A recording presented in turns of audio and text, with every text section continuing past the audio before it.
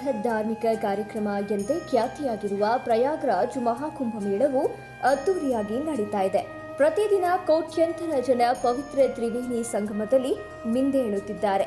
ಸಾಮಾನ್ಯ ಜನರಿಂದ ಹಿಡಿದು ಸಿಎಂ ಯೋಗಿ ಆದಿತ್ಯನಾಥ್, ಉದ್ಯಮಿ ಗೌತಮ್ ಅದಾನಿವರೆಗೆ ಗಣ್ಯಾತಿ ಗಣ್ಯರು ಭೇಟಿ ನೀಡ್ತಾ ಇದ್ದಾರೆ.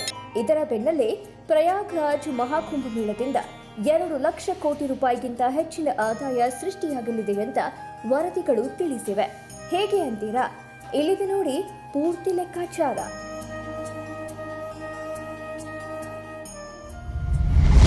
ಕುಂಭಮೇಳದಿಂದ 2 ಲಕ್ಷ ಕೋಟಿ ರೂಪಾಯಿ ಆದಾಯ. ಉತ್ತರ ಪ್ರದೇಶದ ಜಿಡಿಪಿ ಅಭಿವೃದ್ಧಿಗೆ ಕೊಡುಗೆ. ಇಲ್ಲಿದೆ ನೋಡಿ ಆದಾಯದ ಪೂರ್ತಿ ಲೆಕ್ಕಾಚಾರ.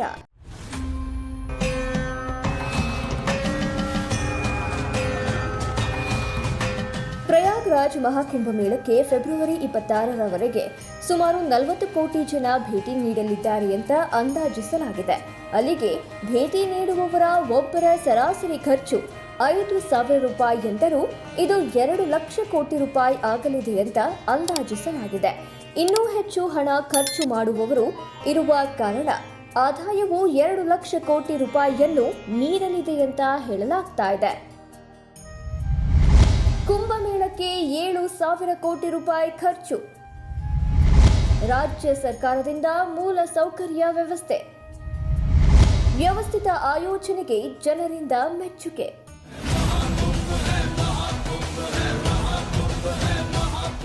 ಪ್ರಯಾಗ್ರಾಜ್ ಈಗ ಧಾರ್ಮಿಕ ನಂಬಿಕೆಗಳ ಜೊತೆಗೆ ಹಣಕಾಸು ವಹಿವಾಟಿನಿಂದಲೂ ದಾಖಲೆ ಬರಿತಾ ಇದೆ. ಕೋಟ್ಯಂತರ ಜನ ಆಗಮಿಸ್ತಾ ಇರುವ ಕಾರಣ ಯೋಗಿ ಆದಿತ್ಯನಾಥ್ ಸರ್ಕಾರವು ಮೂಲ ಸೌಕರ್ಯಗಳ ಅಭಿವೃದ್ಧಿಗೆ ಸುಮಾರು 7,000 ಕೋಟಿ ರೂಪಾಯಿ ವಿನಿಯೋಗಿಸಿದೆ.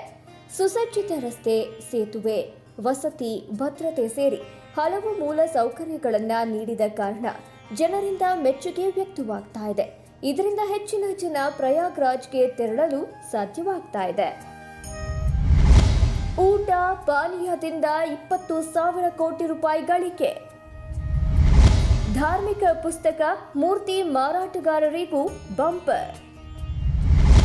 ಹೂವಿನ ವ್ಯಾಪಾರದ ಮೊತ್ತವೇ 800 ಕೋಟಿ ರೂಪಾಯಿ.